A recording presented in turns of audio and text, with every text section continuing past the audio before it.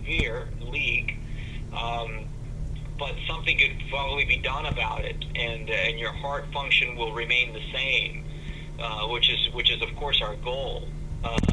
We want you to try to have a normal heart function and to go about your life with a normal heart. With a leak of this magnitude, over time, without addressing it, it can really cause issues to the liver, to the kidney, because it backs up from the heart. It backs up into those other organs. A lot of times it causes swelling in the legs, shortness of breath, fatigue, and symptoms like this. Yeah, I have. I can feel those symptoms right now. I mean, how severe it is compared to other people, I don't know, but sure. I can see the legs swelling. Sure. You look like you're doing pretty good. You look like you're in good shape. You're 64 years old now? I'll be 65 in October. I'm sorry, in November. Perfect. And did Dr. Nair do an angiogram? Did he look at your coronary arteries as well? I really couldn't say for sure, but he did run me through some different tests for probably maybe 6 months now. And I'm supposed to have another one coming up. I need to schedule with him. Something else. Do you know? My lungs CT, I believe. Oh, yeah. You had a really good CT scan done in July. Oh, here I see your angiogram.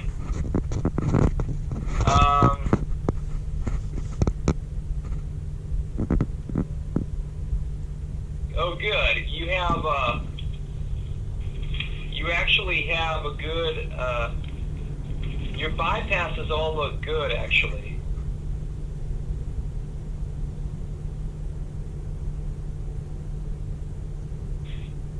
Yeah.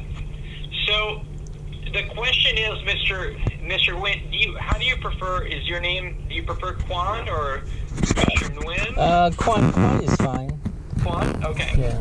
So this valve, I think there's no question that it needs to be addressed, and there's two ways to do it. One is to try to repair it, or the other is to go ahead and replace it. In my opinion, probably replacing it would be the safest thing. It'd be the surest thing, and they would limit the amount of time of your procedure. And you've had surgery before, so you've had open heart surgery. You know what's involved with that, but you had probably the most involved type of open heart surgery, which is bypass, multiple bypasses. This is in fact open heart surgery, no question about it, and we treat it very much the same, but it's a lot less in that it's only the valve. We're going in there for only one purpose, and that is the valve. But it is a second time in, and there is scar tissue, so we have to be very careful and mindful and avoid any injury or damage to the heart muscle, and very importantly, avoid any injury to your bypass grafts. That's going to be of a number one concern. We are used to this. This is not an uncommon scenario. This is something that we deal with a lot. And in this particular facility, we have excellent teams that revolve around cases just like yours. So I do believe that if you wanted to have this fixed, which I would probably recommend, that we would have a safe team to achieve that. In your case, I wouldn't necessarily, ultimately you have to decide if you want to have this done, but I wouldn't wait too much longer, because like I said, you're at a point where everything is reversible still. Your heart function has not been affected, but it is dilating. It is getting like a little bit big from the blood flowing the opposite way. It's supposed to be going forward to the lungs, but it's flowing the opposite way. Okay. I think I have to see you in person, but you appear to me to be in good shape for a surgery. You're out, you're walking, you're moving, you're not hospitalized, you're in good condition. That tends to be the way that people come out. So the better you go when you come in for the surgery, the better you are coming out. This is going to be definitely half of the time involved in the surgery compared to the first time that you had surgery.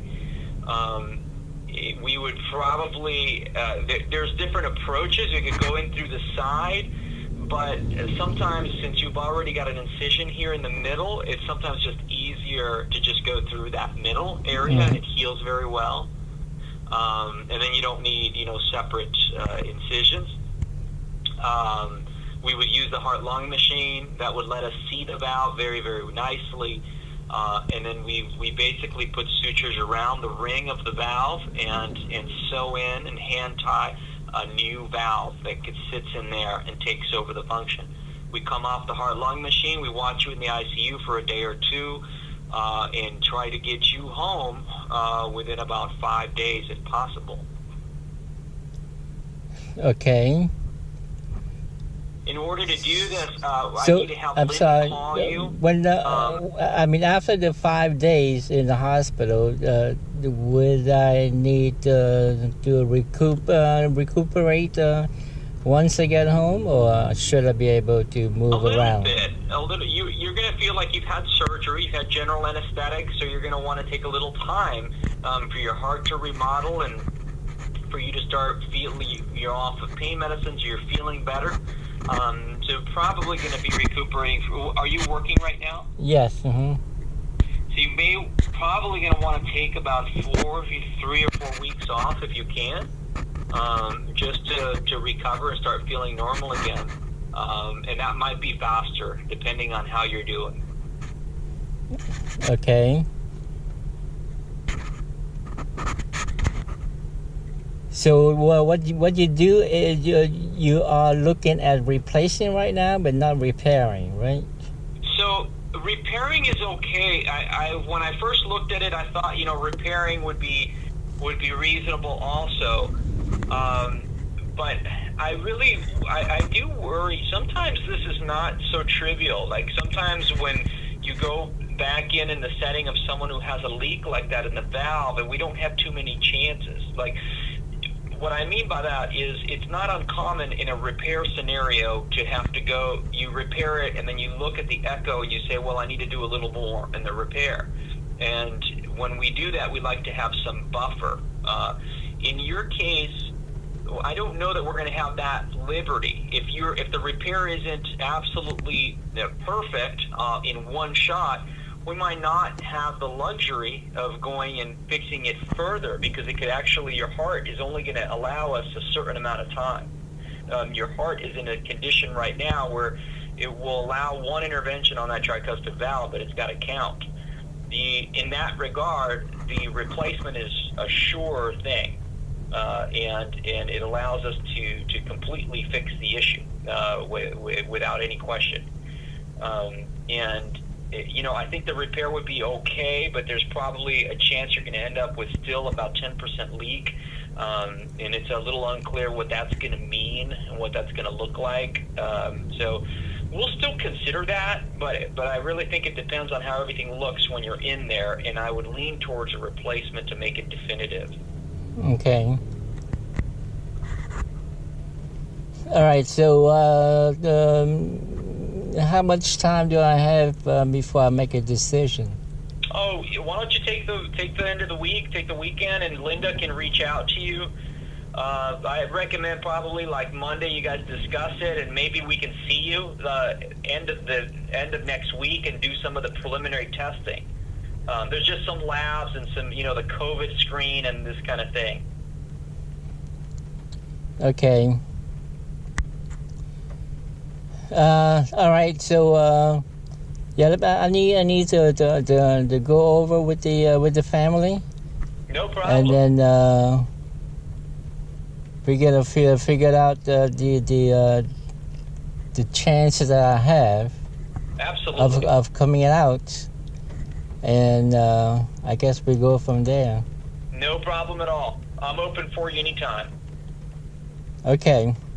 Okay, Quan. All right. Good. I'll let Linda know to give you a call. Okay, good. All right, thank you. Great to see All you. right, thank you, Dr. Loor. Yes, sir.